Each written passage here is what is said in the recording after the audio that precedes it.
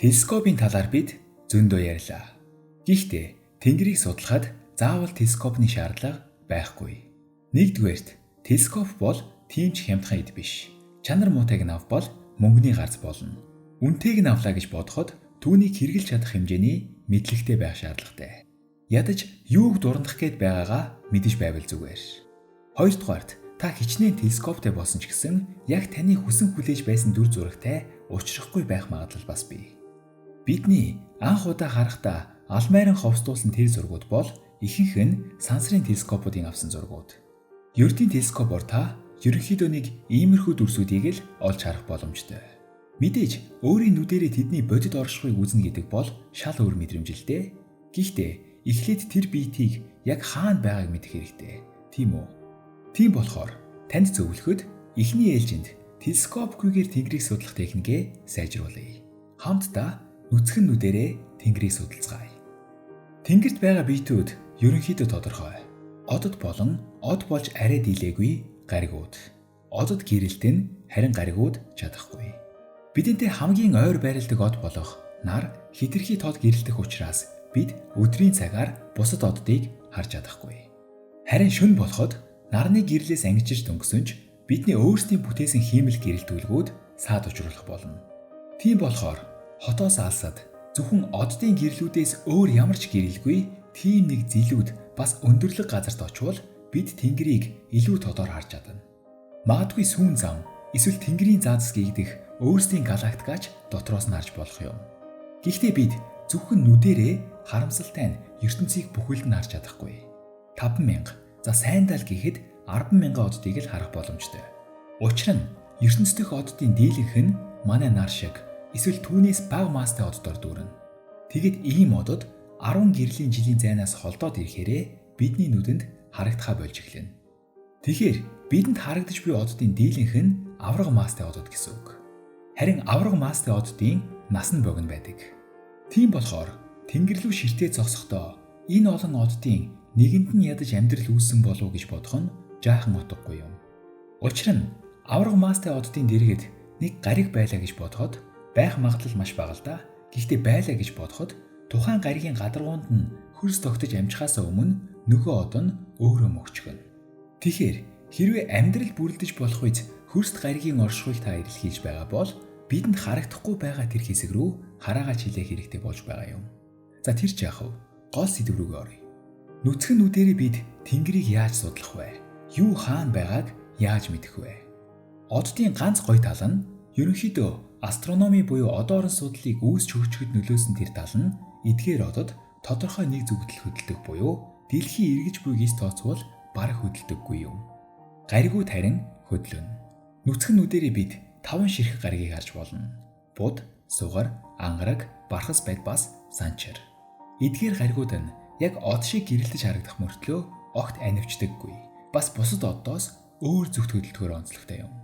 Тийм ч учраас тэнүүлч од буюу Planetis Steris гэж нэрлэгддэг байгаад яванда planet буюу гариг гэгдэг болсон тухай бид өмнөх бичлэгүүдээр ярьсан. Харин энэ удаад хөдөлдөггүй оддын талаар ярилцгаая. Хэлбэрээ өөрчилдөггүй болохоор тэднийг ангилж бас нэрлэж болно.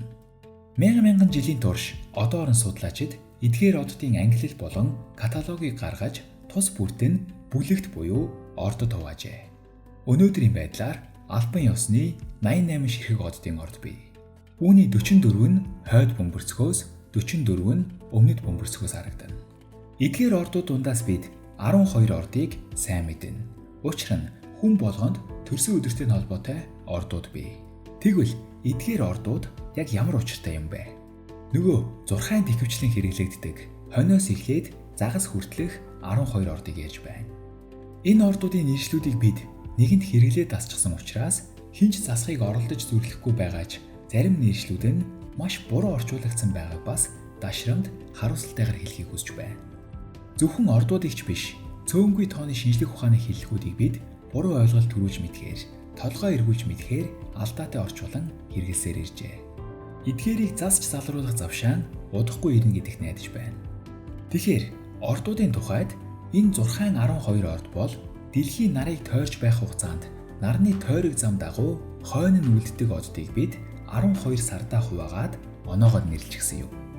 Жишээн дээр авч үзвэл хэрэв та Жинлүүрийн ордод төрсөн бол 9 сарын 22-нд нар яг жаргаж дууссаны дараа тэр зүгт анх харагдаж эхлэх од бол Жинлүүрийн ордны од юм. Дараа нь яг 1 сарын дараа нар жаргасны ардаас тэр зүгт анх гэрэлтэх одод бол Хилэнцгийн ордны одод гэсэн үг. Энэ мэтчлэн 12 сарын мөчлөгийг бид 12 ордод хуваан анхны цаглбаруудаа бүтээж байжээ. Дэлхийгээс харуул нар яг энэ 12 ордны байрлал дагуу хөдлөж харагдана. Харин бусад ордуудын хувьд харагдаж буй хэлбэр дүрсийг нь харгалзан үзээд тус бүрт нь нэр оноожээ. Ордуудын нэрний ихэнх нь Грек Ромын номгуудаас гаралтай латин нэршлүүд байдаг. Мэдээж улс үндэстэнгүүд эдгээр нэршлүүдийг өөрсдийн уламжлал хэв маяг зохицуулан хөрвүүлсээр иржээ. Гэхдээ шинжлэх ухааны нэршилд латин хэл нийтлэг байна. Эдгээр ордууд нь хэдийгээр бүлэг одод хэмээн ангилагдавч энэ нь тэднийг нэг газарт хамтдаа оршин байна гэсэн үг биш юм. Дэлхийгээс харагдах байдлаараа нэг координатод байршиж харагдах боловч бие биенээсээ асар хол зайд оршин байж болно. Мөн эдгээр ордуудыг ялган танихын тулд байршлыг нь тогтоохын тулд тодорхой хэмжээнд тод гэрэлтэх оддыг тулгуур болгон ашиглах хэрэгтэй. Үүний хамгийн гоё жишээ нь Алтан гадас од буюу Polaris, өөрөөр хэлбэл туйлын од юм. Энэ одыг ямар ч нөхцөлд хойд бөмбөрцгөөс ажиглахад үргэлж хойд зүгийг заадаг. Яг хойд зүгийг ямар ч зөрүүгүй заахгүй ч гэсэн ерөнхийдөө бараг хажууханд нь байдаг болохоор олон мянган жилийн турш хүн төрлөختөнд зүг чигээ олоход нь туслаж замыг нь заасаар иржээ. Энэ бол маш азтай ч гэмээр сонирхолтой тохиолдол юм. Хойд зүгийн яг хажууханд нь ийм тод од оршин байна гэдэг. Бусад одод тодорхой нэг чиглэлийн дагуу эргэж байхад Алтан гадас од үргэлж доороо эргэж байдаг. Хэрэв та Алтан гадсыг олохыг хүсвэл бидний долоон бурхан эсвэл шанаа долоо гэж нэрлэдэг оддыг эхлээд байгаарай. Олоход арай хялбар. Энэ оддын нийтлэг нэршил нь Урса мажор буюу том баавга хэмээх орд юм. Бидний заншснаар шанаг долоогийн яг шанагны амсар хэсгийн хоёр од болох Мерак болон Дуббегээс дээшээ параллел жаахан явбал Урса минор буюу жижиг баавгатад таарна. Хар ухаанаар бол урвуу харсан жижигхэн шанаг юм. Тэгэд энэ шанагны бариулын үзүүрт Алтан гадас бий. Ихэнх хүмүүс Алтан гадсыг хамгийн тод од гэж эндүрдэгч тийм биш юм. Хэрв Алтан гадас хамгийн тод нь биш юм бол ямар од хамгийн тод нь юм бэ гэж асуувал магадгүй суур гаргийг хэлж болох юм. Гэхдээ зөвхөн 3 болон 9 сард нар яг мандах болон жаргах үед. 3 сард бидний үүрийн цолмон гэж нэрлэдэг. Харин 9 сард үдшийн гилан гэж нэрлэдэг од бол үнэн дээр сугар гариг юм. Гэхдээ мэдээж сугар гариг нарыг тойрон хөдлөх тул удалгүй нарыг дагаад алга болчихно. Харин шөнийн тэнгэр дэх хамгийн тод од бол хөхтэй мэрэгэн буюу Сириус юм. Сириус бол Canis Major буюу том нохой ордны альфа од юм. Альфа гэдэг нь тухайн ордны хамгийн тод гэрэлтэж буй од нь гэсэн үг. Грек цагаан толгой үсгийн дарааллаар альфа, бета, дельта, гамма, эпсилон гэх мэтчлэн цаашаа явна. Жишээ нь энд харагдаж буй Мирзам гэх одны нөгөө нэр нь Beta Canis Majoris юм. Эндээс бас өөр нэг зүйлийг ажиглаж болно. Тодор харагдах оддын оноос нь нэрүүдийн дийлэнх нь араб гаралтай байгааг. Учир нь Европт харанхуй үе эхлэхэд араб персийн одоо орончид эртний грекийн мэдлэгийг өвлөн аваад дээрээс нь нэмж боловсруулад эргүүлээд Европ руу дамжуулсан байдаг. Тэгэх явцдаа зарим оддыг нэмж илрүүлсэн байдаг. Гэтэл барууныхан магадгүй эдгээр нийслүүдийг солиод өөрсдийнхөө үндэс уламжлалтай холбоон шин нэр өгч болох л байсан. Гэхдээ тэгээгүй. Эртний грекүүдээс хойшоо грекүүд шинжлэх ухаанд тийм ч айхтар нэмэр оруулаагүй. Гэвч одоо хүртэл ихэнх нэршил грек гаралтай байна. Яагаад вэ? Учир нь энд Сихетний этик бас ухамсарын асуудал явагдаж байна. Шинжлэх ухаан түүнд хувь нэмрээ оруулсан хэнийг ч дурдахгүй өнгөрөхийг үл хүснэ. Мөн үүнийг дараачийн үеийнхэндээ өвлүүлэхийг хүснэ. Гайхалтай үлгэр дуурайлал бас хандлага. За, сэдв рүүгээ эргээд орцгоё. Сириус буюу хөхтэй мэрэгэн бол хамгийн тод од гэж ярьсан. Гэхдээ Сириусыг та шүн болгон харах боломжгүй. Яагаад гэвэл дэлхийн хазгай байршил болон нарыг тойрох координатаас нь шалтгаалаад зарим одод тодорхой хугацаанд үзэгдэх орчингоос гардаг. Магадгүй экватор орчмын бүсээс эсвэл өмнөд бөмбөрцгөөс та Сириусыг олж харж болно. Хэрвээ Монголоос харъя гэвэл 10 сараас эхлэн өвлийн турш шөнийн тэнгэрийн гаяа хэсгээр харагдана. Сириусыг олж харах нь яагаад чухал вэ гэвэл Сириусийн ойр орчимд хойд бөмбөрцгийн хамгийн тод одод байрладаг юм. Сириусийн дээхэн талд нь монголчуудын 3 марал гэж нэрлэдэг зэрэгцээ 3 од бий. Эдгээр одод нь Орион буюу анчин бүлэг оддын бэлхүүс хэсэгт байрлана. 3 марал нь Минтака, Ални Лам болон Ални Так хэмээх 3 одноос бүрдэнэ. Энэ 3-аас ихц дээш явбал тод улаанаар гэрэлтэх нэг од бий. Энэ бол Бетельжиус хэмээх хит авраг улаан од. Нэрнийх нь утга нь арабаар Орионы сугны үс гэсэн үг. Астрономик нэршлэл нь Альфа Орионис. Орион ордын хамгийн тод энэ одны онцлог нь гэвэл хизээ мүдгүй мөхөх гэж байгаа юм. Гэхдээ мөхөхдөө орчлонгийн хамгийн гайхалтай үзүүлбэрүүдийн нэг болох супернова болон дэлбэрэх юм. Маргааш магадгүй дэлбэрч мэдэх учраас энэ одны байршлыг мэдээд авахд гэмгүй. Бетельжиусийн яг эсрэг талд нь буюу 3 марлаас ихц доош явбал Райжел, монголоор бол огтлогч хэмээх бас нэгэн тод од бий. Хит авраг хөх од. Тэр ч бас хэдэн сая жилийн дараа дэлбэрнэ.